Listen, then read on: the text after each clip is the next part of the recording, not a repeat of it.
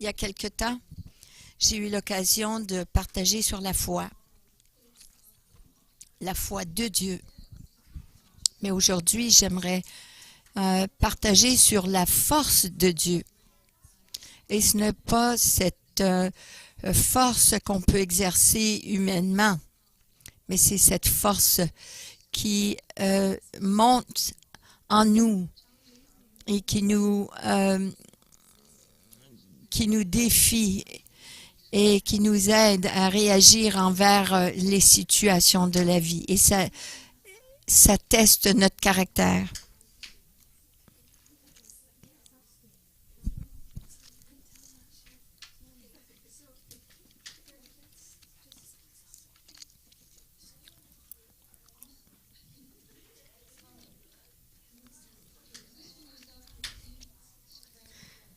De recevoir, se positionner pour recevoir la force de Dieu.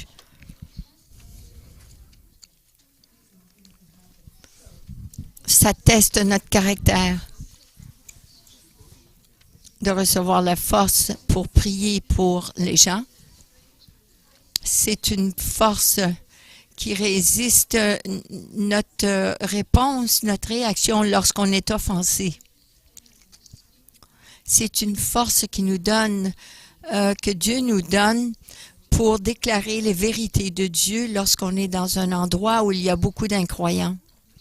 C'est aussi une force pour nous détourner du péché habituel. C'est une foi qui nous aide à se tenir même en face de la mort. Alors, on a des exemples au début. Alors, au travers de notre voyage de la foi de l'homme, on voit la splendeur de sa création.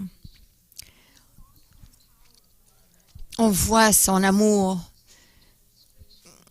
On voit des exemples au début. Et dans la Bible hébreu, il y a 4 mots qui traduisent Dieu. C'est El, Ella, Eloha et Elohim. Et le mot le plus vieux, c'est El. Et c'est basé sur la description qui veut dire la force et la puissance. Alors, El est celui qui est le plus fort. Et dans Genèse 4, 18, nous lisons ceci. C'est utilisé qui veut dire Dieu très haut. El Elyon. Et Melchizedek, le roi de Salem, il fit apporter du pain et du vin. Il était près du Dieu très haut, hébreu El Elyon. Il bénit Abraham en disant qu'Abraham soit béni par le Dieu très haut, le maître du ciel et de la terre. Béni soit le Dieu très haut qui a livré des ennemis entre tes mains.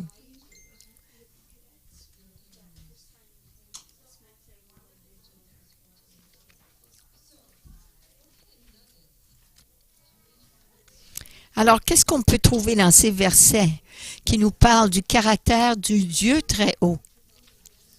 Alors, on peut voir avec le vin et le pain une invitation d'avoir une communion avec Dieu. C'est le symbole de la communion, le vin et le pain. Quoi d'autre on peut voir? Et c'est béni soit Abraham. On voit qu'il y a une bénédiction sur Abraham. Et ça nous démontre que son identité est bénie, qu'il est aimé, qu'il est favorisé. Et qu'on a soin de lui par Dieu très haut, le bénit et prend soin de lui, car il l'a livré entre les mains de les ennemis entre ses mains. Et béni soit le Dieu, ça dit, le Dieu très haut. Par sa main toute puissante, il a défait ses ennemis. Et cela c'est même avant qu'Abraham connaisse Dieu. Alors on voit le prophète aussi, Jérémie, qui nous dit ceci. Voilà, on voit dans ce verset que Dieu se décrit lui-même. Il dit qu'il est victorieux sur toute chose.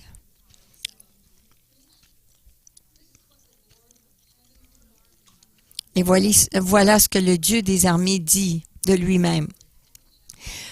Voici ce qu'il dit, l'Éternel, le Maître de l'univers, le Dieu d'Israël. C'est moi qui ai fait la terre, ainsi que les hommes et les animaux, qui le peuplent par ma grande puissance et ma grande force. Le Dieu des armées du ciel, celui qui est en charge, celui qui n'a pas peur et il est vaillant. Dans le livre d'Exode, on voit Moïse qui affirme qui l'Éternel s'est montré être envers lui. L'Éternel est ma force, il dit. Voici ce que Moïse dit. L'Éternel est ma force et le sujet de mes louanges. C'est lui qui m'a sauvé. Il est mon Dieu. Je le célébrerai. Il est le Dieu de mon Père. Je proclamerai sa grandeur.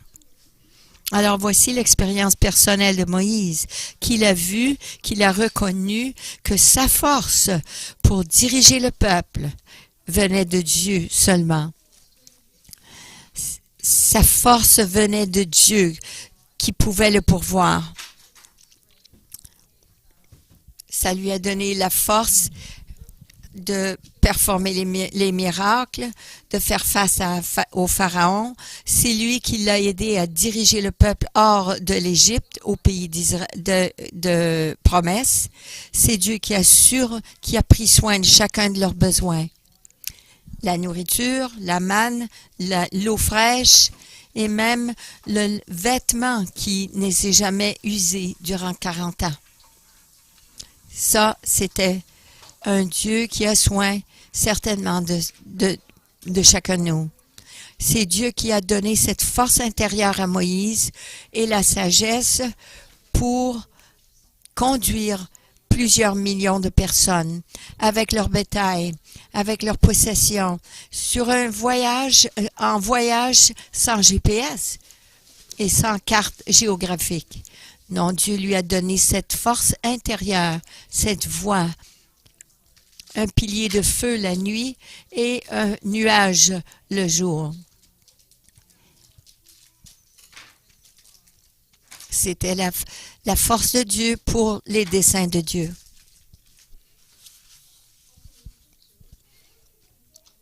Nous lisons aussi dans Habacuc 3, 19, là où il reçoit sa force intérieure de Dieu, et ça le positionne pour avoir la victoire.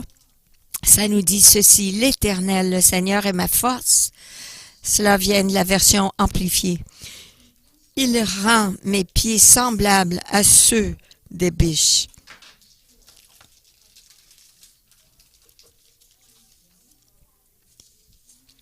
Je me suis toujours demandé ce que c'était, les pieds des biches. Alors, on va voir cette image.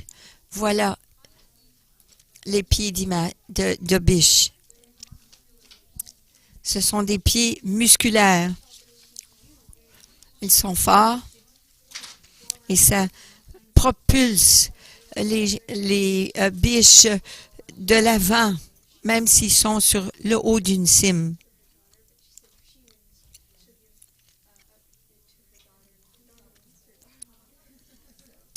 Et on voit ce que Habacuc a dit, Habacuc 3, 19. Il m'a fait marcher sur mes hauteurs. Il m'aide à aller là où j'ai besoin d'aller.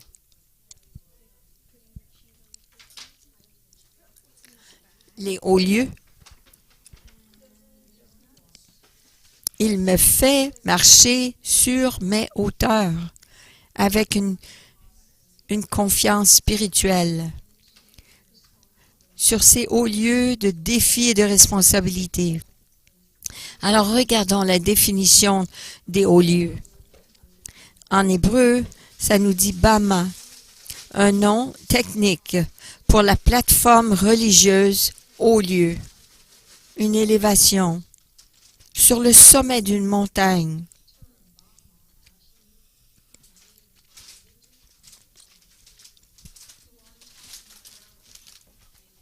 Alors, sur le haut de la montagne, dans les champs de bataille, comme un endroit où on peut louer et adorer Dieu. Sur le sommet d'une montagne et dans les champs de bataille de la vie, des lieux de louange. C'est personnel, vous voyez, ça parle de mes hauteurs. Et ça peut être lorsqu'on est sur les hauteurs de troubles, lorsqu'on est dans les batailles. La seule chose qu'on peut faire, c'est adorer Dieu. Et si je pense à un temps dans ma vie où, oui, j'ai eu vraiment difficulté, c'était lorsque Mike, il a eu son accident de son orteil et que la tondeuse a coupé son orteil et j'ai reçu cet appel et j'étais très nerveuse et très dérangée par cela. Mais tout ce que je pouvais faire, c'était de louer Dieu. Parce que si je ne faisais pas, mes pensées allaient de gauche à droite, partout, là, pour me distraire. Mais lorsqu'on se tourne vers Dieu dans les temps de difficulté, tout ce qu'on peut faire, c'est vraiment l'adorer. Et dans ces temps de turbulence, cela vient pour tester notre foi. Est-ce que je peux me poser des questions? Pourquoi cela m'arrive? Est-ce qu'il y a vraiment un Dieu? Ça teste, ça éprouve notre foi. Et ce qui sort de notre bouche, c'est ce qui est à l'intérieur de notre cœur. Ouch! Et ça teste aussi, ça éprouve notre relation véridique avec Dieu. Est-ce que Dieu me protège? Est-ce qu'il a soin de moi? Est-ce qu'il est là présent dans ma vie? Où es-tu, Dieu?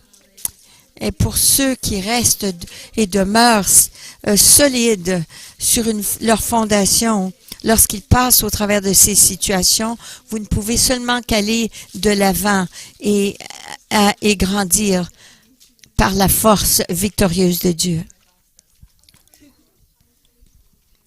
Autre lieu, ça nous aide à déterminer ce champ de bataille qui est entre nos deux oreilles. Et on doit arrêter d'écouter ces mensonges et de se tenir ferme dans les tempêtes de la vie. D'aller au travers des choses mondaines, des répétitions, de la routine de chaque jour, ces responsabilités routinières.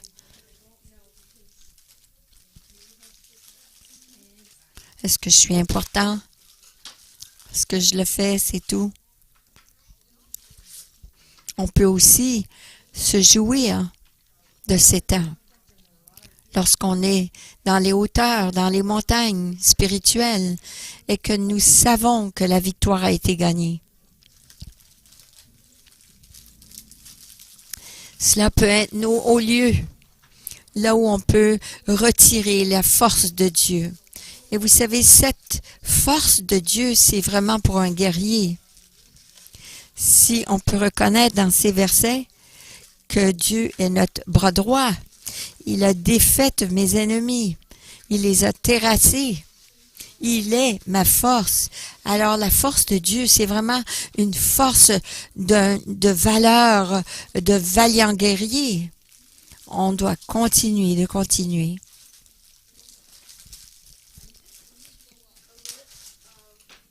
On doit monter. On doit continuer d'être courageux et d'être fort. Ça nous dit, sois fort et courageux. Lorsqu'il y a des conflits et il y a des épreuves de foi, en Dieu lorsque un leader de l'Ancien Testament il disait « Soyez forts et courageux ». Ce n'est pas parce que le Seigneur n'était pas avec eux. Ce n'est pas parce que le Seigneur n'était pas là. C'était pour remuer en eux, les stimuler, le courage en eux, et de leur rappeler qu'il leur avait déjà donné victoire, que ça avait déjà été accompli. Et ça a été donné.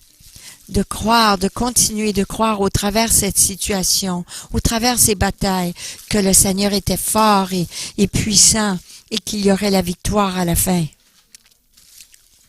Vous savez, Dieu ne nous prend pas en dehors de nos troubles. Il fait pas aller sa baguette magique, non. Et il rend les choses toutes correctes, non. Il va. Par contre, il va devant nous et il fait le chemin. Et comme nous obéissons, et je vais dire cela encore une fois, comme nous allons obéir, comme nous obéissons ses instructions, nous allons au travers victorieusement. Il se peut qu'on apprenne tout au long du chemin, mais ce sera toujours. Et Dieu cherchera toujours à nous fortifier, à nous soutenir. Et il nous cherche activement. Et on lit dans 2 Chroniques 16, 9, « Car l'Éternel étend ses regards sur toute la terre pour soutenir ceux dont le cœur est tout entier à lui. » Et voilà quelque chose qui est très important. Le cœur est tout entier à lui. C'est ce qu'il désire de nous, que nous ayons une réussite. Il veut que nous réussissons. Par contre, il veut soutenir ceux dont le cœur est entier à lui. De croire que Dieu est qui il dit qu'il est. Lorsque nous allons avec la persévérance. Vous savez que les défis et les circonstances de la vie peuvent être vus comme des opportunités, des occasions pour maturer dans notre caractère, d'avoir la croissance spirituelle et pour voir Dieu agir envers nous avec force. Car si nous nous appuyons sur nos propres forces, notre propre sagesse, notre propre indépendance de Dieu, nous pourrons jamais lui donner l'occasion de se démontrer grand et puissant envers nous.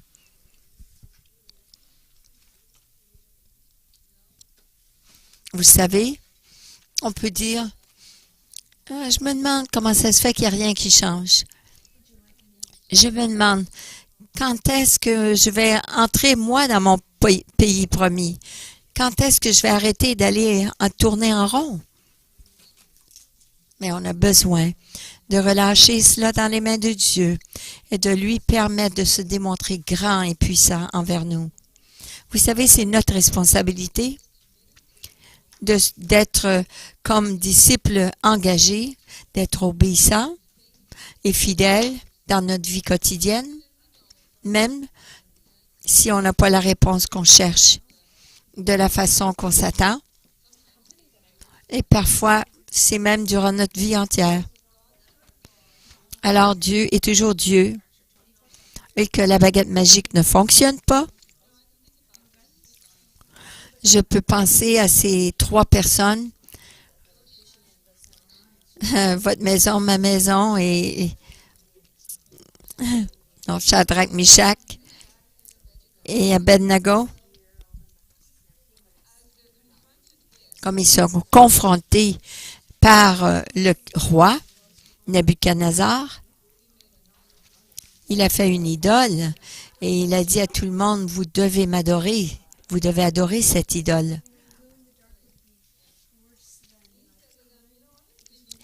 Et il leur dit, je vous donne une autre chance de vous plier, de m'adorer, de vous prosterner et d'adorer cette statue. Mais si vous refusez, je vais vous serez jetés immédiatement dans cette fournaise.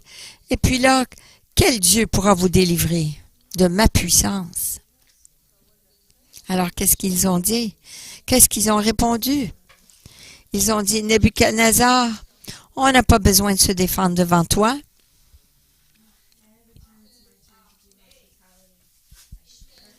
Notre Dieu que nous servons, il peut nous délivrer de la fournaise ardente. Et il nous délivrera de ta main, ô roi. Sinon, sache, ô roi, que nous ne servirons pas tes dieux et que nous n'adorons pas la statue d'or que tu as élevée. Durant ce temps-là, il pense au caractère. Mais même si notre majesté, même nous ne servirons pas tes dieux et nous ne t'adorons pas la statue d'or que tu as élevée, même si Dieu ne nous délivre pas. Que pensez-vous de cela? Même si Dieu ne nous délivre pas, même s'il ne le fait pas. Leur foi en Dieu ne dépend pas que Dieu les sorte de la fournaise, de la situation. Et comme vous allez voir dans l'histoire, ils ont été jetés dans la fournaise. Dieu ne les a pas sortis, mais il était là dans le milieu de la fournaise avec eux. Et le roi Nebuchadnezzar, il a découvert que leur Dieu était puissant. Et il les a délivrés de sa puissance. Parce que cet acte courageux, alors en voyant cela, le roi Nebuchadnezzar a déclaré que le roi de Daniel, Shadrach, Meshach, Abednego, était le vrai Dieu. Et leur acte de foi a changé l'histoire. Parce qu'au lieu que les gens adoraient la statue en or, le roi Nebuchadnezzar a changé d'idée parce qu'il a vu la puissance de Dieu. Et là maintenant, il a demandé à son peuple de s'adorer devant Dieu très haut, le Dieu tout-puissant. Parce que Dieu s'est démontré grand et puissant envers ces hommes qui lui faisaient confiance entièrement. Et nous savons aussi que Dieu n'a pas épargné le disciple Étienne d'être lapidé parce qu'il croyait et il a dit qui était Jésus-Christ. Sa fidélité, sa détermination de proclamer que Jésus était le Fils de Dieu est restée, même s'il a été menacé de mort. Et d'une autre façon, Dieu s'est démontré grand et puissant envers lui. Dieu a ouvert les cieux. Il a ouvert ses yeux pour voir les cieux s'ouvrir et il a vu Jésus à la droite du Père pour donner la force à Étienne, pour l'aider à passer au travers de sa fournaise.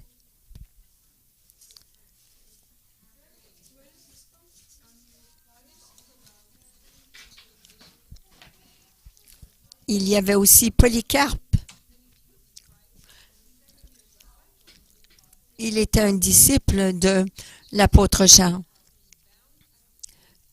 Il a été attaché au bûcher et on a allumé un feu, mais miraculeusement, le feu ne l'a pas touché. Et ils ont dû le poignarder, mais il était fort et courageux. Et plusieurs ont reçu leur courage en voyant son témoignage. Vous savez, il y a des millions de ceux qui suivent l'Évangile, qui ont passé la persécution, l'emprisonnement, les épreuves, la torture, la mort. Des gens qui sont engagés d'être forts et courageux jusqu'à la fin. Je pense aux chrétiens du 21e siècle.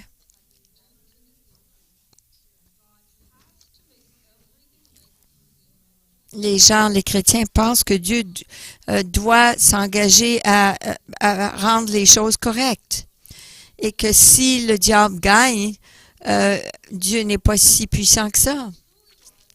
Parce que s'il l'était, alors là, ma vie serait merveilleuse et j'aurais pas à souffrir comme cela. J'aurais pas de maladie, j'aurais le travail ou la famille que j'ai toujours voulu. Je n'ai pas enduré ces gens. Et je peux pas m'accorder avec ces gens. Ils m'énervent. Mais lorsque je pense à Moïse qui voyageait dans le désert avec ceux qui murmuraient toute la journée, tous les jours, à tous les jours, pendant 40 ans, 40 ans de cela, tous les jours, toute la journée, t'es sûr t'as entendu de Dieu? Ah, on est fatigué d'ici. On n'aime pas cela. On veut pas cela. Les choses étaient beaucoup mieux lorsqu'on était en Égypte. Est-ce qu'on est arrivé? Est-ce qu'on arrive? Moïse avait besoin que Dieu se démontre grand et puissant. Et on a lu dans la parole où Moïse a déclaré à Dieu, « Seigneur, montre-moi ta gloire pour que je puisse faire ce que tu me demandes de faire et je puisse diriger ce peuple.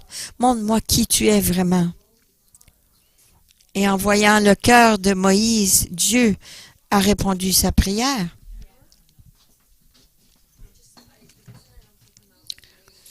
Maintenant, Moïse a dit, « Maintenant, si j'ai trouvé grâce à tes yeux, fais-moi connaître tes voies. Alors je te connaîtrai, je pourrai encore trouver grâce à tes yeux. » Moïse dit, « Fais-moi donc voir ta gloire. » Et le Seigneur répondit, « Je ferai passer devant toi toute ma bonté, et je proclamerai devant toi le nom de l'Éternel. Quand ma gloire passera, je te mettrai dans un creux du rocher, dans ce lieu secret, dans la fissure du rocher, là où Dieu l'a mis. » Dieu lui a montré sa gloire et toute sa bonté. Dans un endroit où il a reçu la force pour être instruit, afin qu'il sache que Dieu est qui il dit qu'il est. El Elohim, Dieu puissant, tout-puissant, au-dessus de tous les dieux.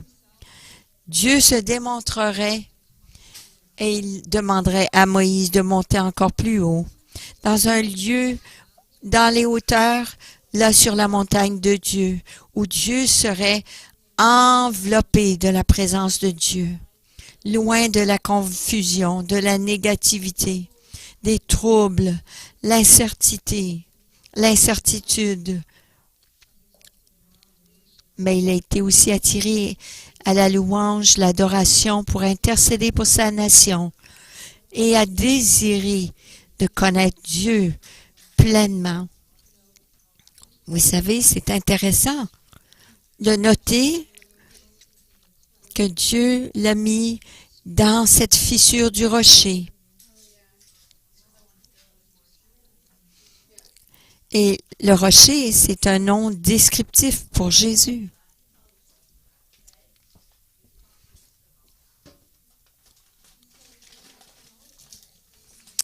Ils ont tous mangé, ça nous dit, de la même nourriture spirituelle. Ils ont tous bu la même boisson spirituelle. En effet, ils buvaient à un rocher spirituel qui les accompagnait, et ce rocher était Christ. Alors, comme Dieu a placé Moïse dans cette fissure du rocher, cette eau vivante, Dieu nous a donné cette occasion d'être en Christ au travers de l'œuvre rédemptive de Christ. Alors on peut recevoir toute sa bonté, sa force spirituelle, sa puissance qui est seulement disponible au travers de lui. Même au milieu des problèmes relationnels, des problèmes financiers, au milieu d'une société séculière avec des règlements séculiers, même au milieu des problèmes mentaux et spirituels, physiques, ou même on peut se positionner pour recevoir de Dieu. Vous savez, l'apôtre Paul nous parle au travers de ces jours, il nous parle de cette force puissante de Dieu. La plupart de nous, on connaît celui-ci, ce verset. Lorsque je suis faible, je suis forte. Et j'ai pensé, pourquoi est-ce qu'il dirait cela? Parce qu'il savait personnellement que lui ne pourrait pas faire ce qu'il a fait au travers de tout ce qu'il a passé, au travers de cette souffrance mentale et physique quotidiennement, de faire face à ces épreuves terribles et même faire face à la mort. Il n'aurait pas pu y passer sans cette force de Dieu. Il connaissait ce secret d'être fort et d'être courageux. Et sur cette route de Damas, cette rencontre avec Jésus a fait de lui un apôtre et un disciple solide. Il a dû dépendre du Seigneur pour être.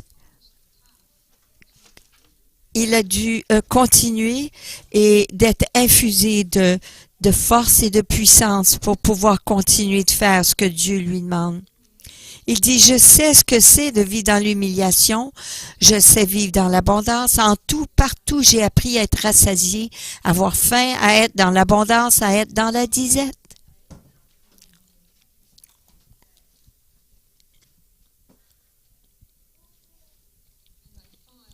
Et je trouve que je puis tout par celui qui me fortifie.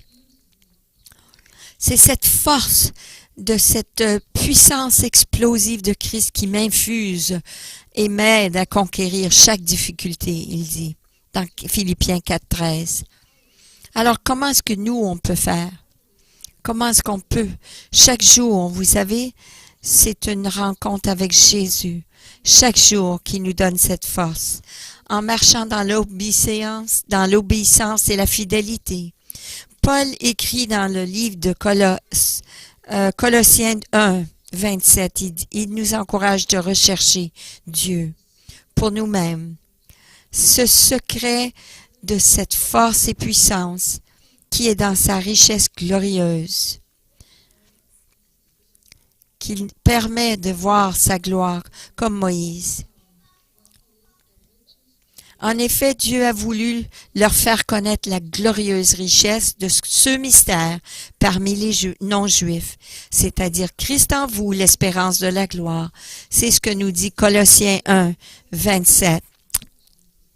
Alors, comme nous nous plaçons devant le Seigneur, on se positionne devant lui. On doit jouir de sa présence, de recevoir son amour, d'avoir la communion avec lui, de pratiquer aussi, d'avoir une oreille qui écoute.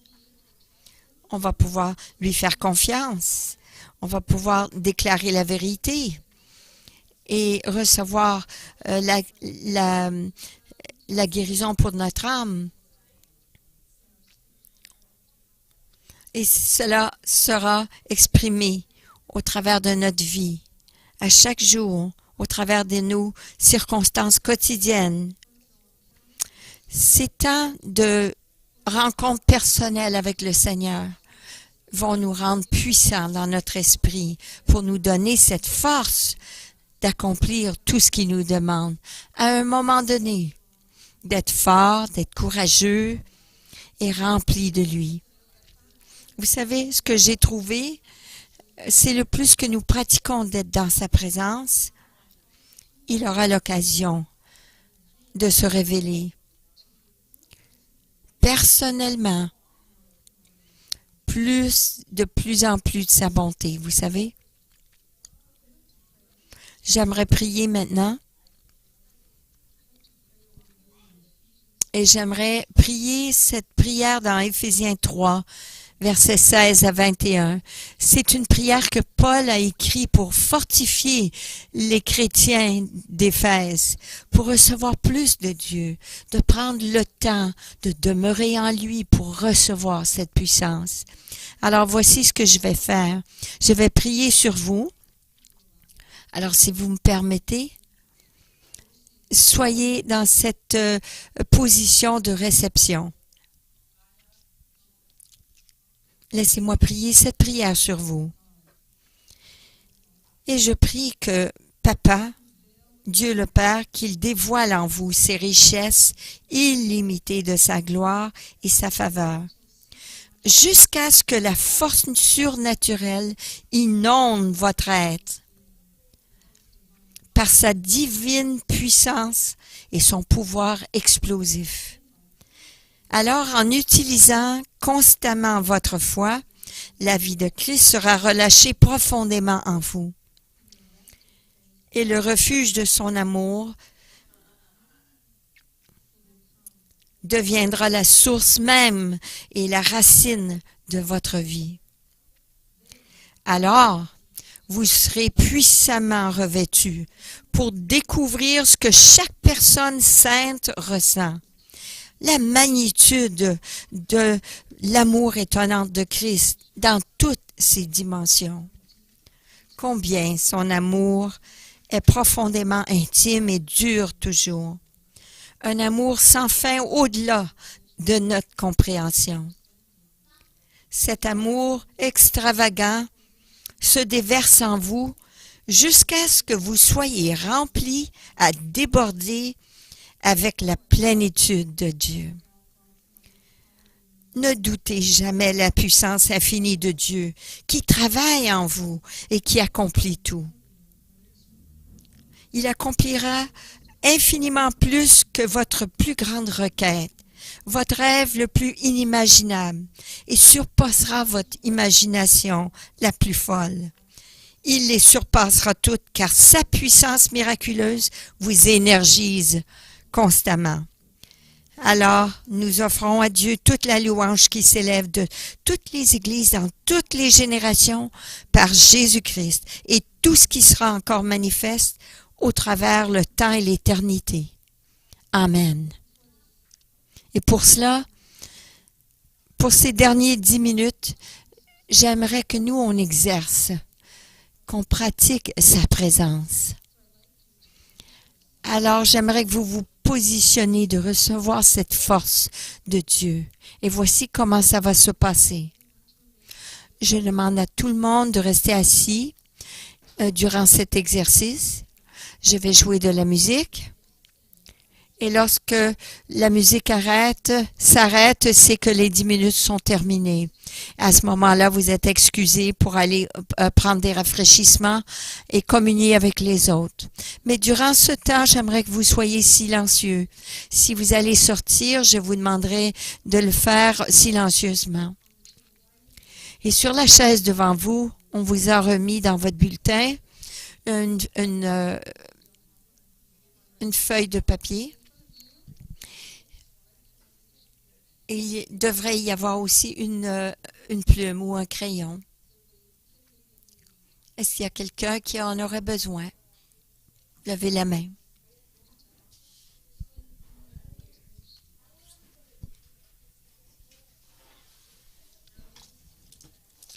Alors, je vous demanderai de prendre un instant. Ceci est quelque chose que nous devrions faire chaque jour pour être dans la présence de Dieu et de recevoir sa force pour la journée.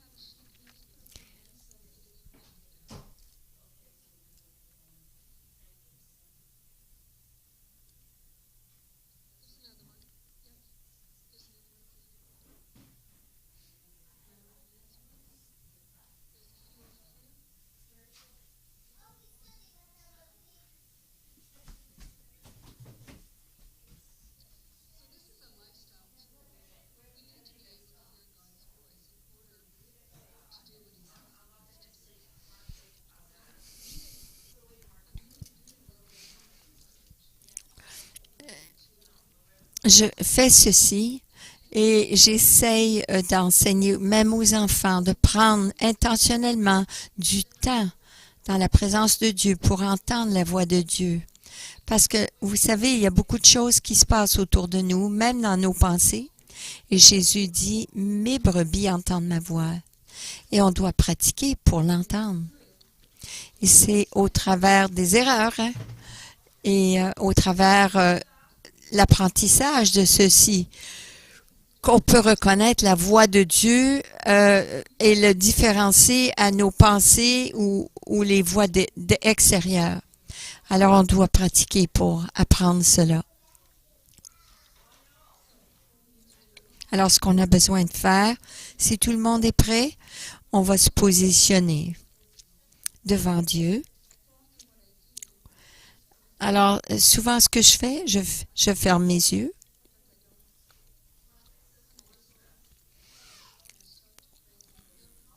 Et je commence à louer Dieu, l'adorer. Je lève ma voix, je l'adore, je l'exalte, je l'adore. Je lui dis je l'aime. Et j'imagine dans mes yeux spirituels Jésus devant moi. Alors, si je vous demande de quoi a l'air votre chambre, où est votre lit, votre lampe, votre linge qui est accroché dans le garde-robe, vous pouvez le voir avec vos yeux de votre pensée. Mais vous pouvez faire la même chose avec Jésus. Vous pouvez vous demander, Jésus, où es-tu? Et je me positionne devant lui, je lui remercie, je l'adore et je lui dis combien je l'aime. Et je lui rends grâce envers lui pour toutes les choses. Je suis reconnaissante et je lui demande aussi qu'il me montre la vérité de Jésus. Et qu'est-ce que ça veut dire pour moi personnellement? De demander. Faire connaître les richesses de la gloire. Je lui demande. Qu'est-ce que ça veut dire cela? Qu'est-ce que ça peut vouloir dire pour moi? Et comment je peux comprendre cela? Moi, je dois écouter, entendre, voir, rester tranquille dans sa présence et permettre à Dieu de me révéler.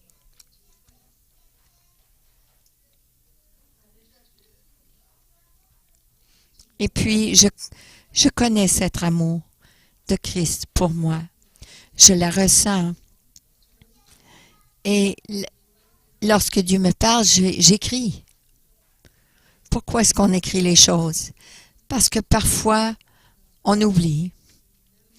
Et c'est pour cela qu'on écrit, c'est pour se rappeler qui Dieu est. Ça nous fortifie, ça nous encourage. Alors on peut s'en rappeler. Alors nous allons commencer la musique. Et là, je vais laisser ces paroles, cet exercice, si vous voulez les noter, les prendre en note, recevez de Dieu. Soyez bénis.